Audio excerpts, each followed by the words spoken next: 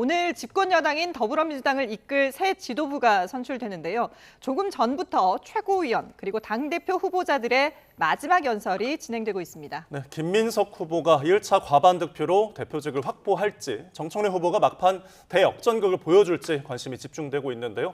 대전 컨벤션 센터 연결해서 민주당 3차 정기 전국 당원대회 분위기 살펴보겠습니다. 백종규, 표정우 기자 나와주시죠. 네, 더불어민주당 전당대회가 열리고 있는 대전 컨벤션 센터에 나와 있습니다. 네, 최고위원 후보자 6명과 당대표 후보자의 전당대회 마지막 연설 조금 전까지 진행됐다고요?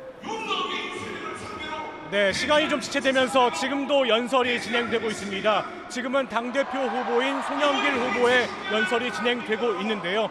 집권 여당인 더불어민주당을 이끌 당대표를 비롯해 최고위원 등 새 지도부가 오늘 이곳에서 선출됩니다.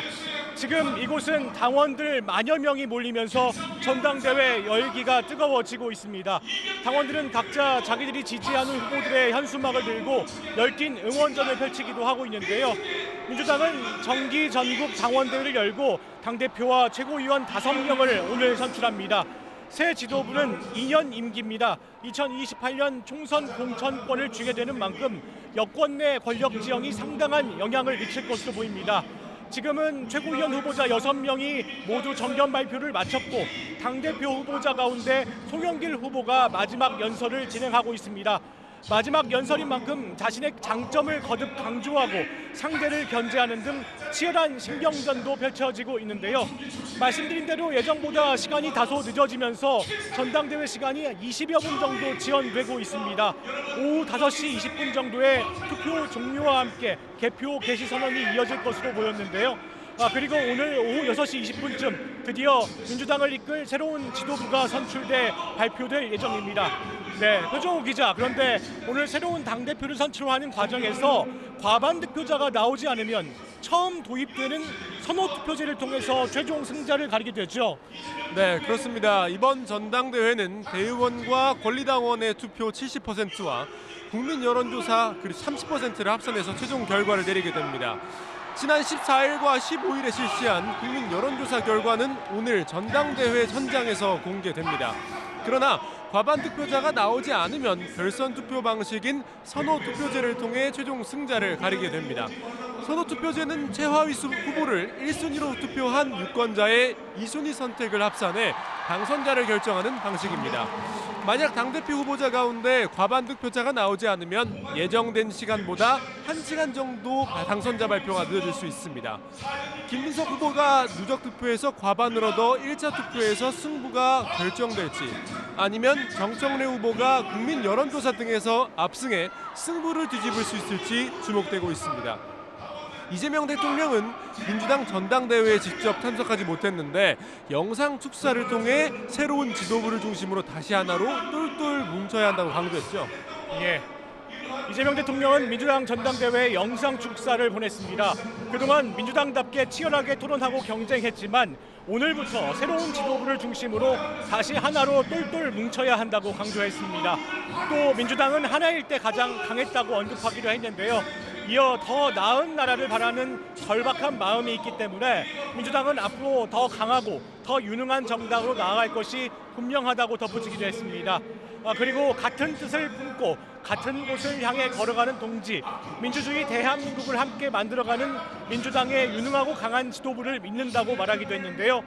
문재인 전 대통령도 영상 축사를 보냈습니다. 이번 당원대회를 바라보면서 우려가 큰 것이 사실이라며 이대로 가면 큰일이라고 강조하기도 했는데요. 전당대회 경선 과정에서 나타난 갈등 양상을 두고 우려의 목소리를 낸 것입니다. 그러면서 경쟁은 자연스러운 것이지만 경쟁이 당을 분열시키면 안 된다고 밝히기도 했습니다. 새롭게 출범하는 새로운 지도부를 향해서는 민생의 안정에 모든 역량을 집중해달라고 당부하기도 했습니다. 네, 어제까지의 상황도 좀 알아볼까요? 김민석 후보가 권리당원 투표, 즉 당심 경쟁에서 승리하면서 결승선에 한 발 더 나아갔다는 평가가 나오고 있죠. 네, 그렇습니다. 김민석 후보는 대의원 투표와 국민 여론조사가 남았지만 비중이 큰 권리당원 투표에서 절반 가까운 표를 확보했습니다. 다만 대의원 투표 그리고 국민 여론조사가 막판 점수로 떠오르고 있는데요. 김민석 후보는 누적 득표율 49.91%로 41.51%를 기록한 정청래 후보의 8.4%포인트 차이로 앞서고 있습니다. 또 송영길 후보는 8.58%를 기록하고 있습니다. 이는 경남과 대구, 경북 가중치 5%는 반영되지 않은 득표율입니다. 2주차 경선까지 1.48%포인트 차이에 불과했던 두 후보의 격차는 권리당원 71%가량 몰린 3주차 호남 그리고 서울 경기 경선이 치러지면서 벌어졌습니다. 지금까지는 승리의 무게추가 김민석 후보 쪽으로 기울였다는 평가가 나옵니다.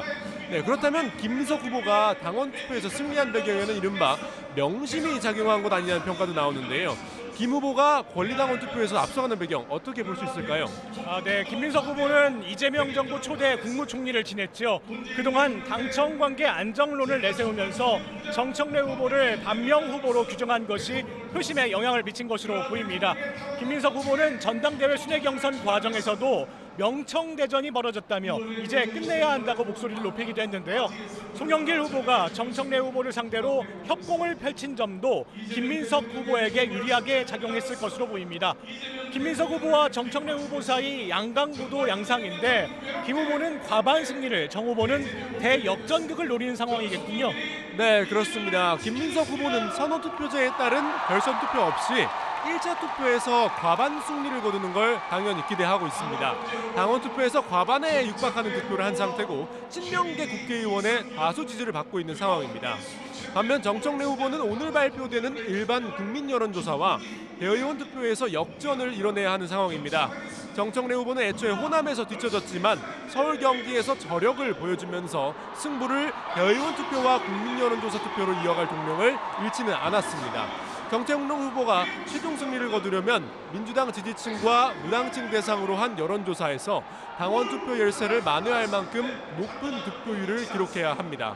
네, 그렇다면 누가 당 대표가 당선됐냐에 따라 당정, 당청 관계도 좀 달라질 수 있죠. 네, 그렇습니다. 누가 새 여당 대표에 오르나에 따라서 당청 간 소통과 정책 조율의 방식에 변화가 예상됩니다. 최근 이 대통령의 국정 지지율 하락 속에 이번 전당대회가 집권 2년차 국정 운영의 중대 기로가 될 전망인데요. 정청래 후보는 연임에 성공할 경우 현 지도부 체제가 이어지면서 국정 운영의 연속성을 확보할 수 있다는 장점이 있습니다. 그리고 지난 1년 동안 주요 개혁 입법을 주도한 만큼 강한 성명성을 앞세워 지지층을 결집할 수 있다는 점도 경쟁력으로 언급됩니다. 반면 김민석 후보가 당선되면 이 대통령이 민주당 대표였던 시절 수석 최고위원을 지낸 데 이어 초대 국무총리까지 맡으면서 국정을 함께해온 인사가 여당 대표에 오르게 되는 건데요. 당과 정부를 모두 경험한 만큼 당정 사이 소통과 정책 교율에서 원활한 가교 역할을 할 수 있다는 기대가 나오고 있습니다. 오늘 당대표와 함께 민주당을 새롭게 이끌 최고위원들 경선도 함께 진행되고 있는데 지금까지 판세는 어떻습니까? 네, 최고위원 선거의 경우 권리당원 투표에서는 최민희, 박선원, 서미화, 이성윤, 한민수 후보가 당선권인 5위 안에 들어 있습니다. 1위를 차지한 후보는 수석 최고위원을 맡게 되는데요. 수석 최고위원은 2년간 차기 대표의 바로 옆에 서는 자리인 만큼 친명계와 친청계 사이에 쟁탈전이 치열한 상황입니다. 지금까지의 득표율을 보면 최민희 후보가 16.91% 득표로 선두로 치고 나가고 있고요. 2위 박선원 후보는 16.6%를 득표하는 상황인데 1, 2위의 득표율 차이가 불과 0.31%포인트밖에 나지 않습니다. 대의원 투표와 국민 여론조사 결과에 따라 충분히 뒤집힐 수 있는 상황인데요. 서울 경기 순회 경선을 거치면서 최고위원 당선권이 친청계 3명, 친명계 2명 구도로 변화했습니다. 5위 싸움도 치열합니다. 지금 최고위원 누적 득표율을 보면 이성윤, 한민수, 김용 후보가 모두 13%대 득표를 했는데요. 세 후보가 그야말로 치열한 경쟁을 펼치고 있습니다. 특히 개파 간 최고위원 구도 변화도 주목되는 상황입니다.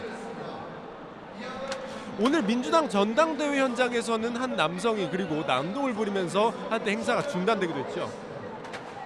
네, 그렇습니다. 한 남성이 내부 구조물에 올라가서 소동을 벌이면서 한때 전당대회가 잠시 정회했다 속개됐습니다. 행사장 철제 구조물 위로 올라가서 남성이 난동을 부린 건데요. 119 구조대까지 출동해서 돌발 상황에 대비하기 위해 행사장에 에어매트 등 소방 장비까지 설치했습니다. 이 남성은 한동안 구조대원들과 대치를 벌인 끝에 스스로 구조물에서 내려왔습니다. 이 때문에 전당대회 행사가 10여 분 중단되기도 했습니다. 지금 막 당대표 후보들의 마지막 연설이 마무리가 됐습니다. 이제 개표 선언이 이루어지고 개표가 이루어질 예정인데요.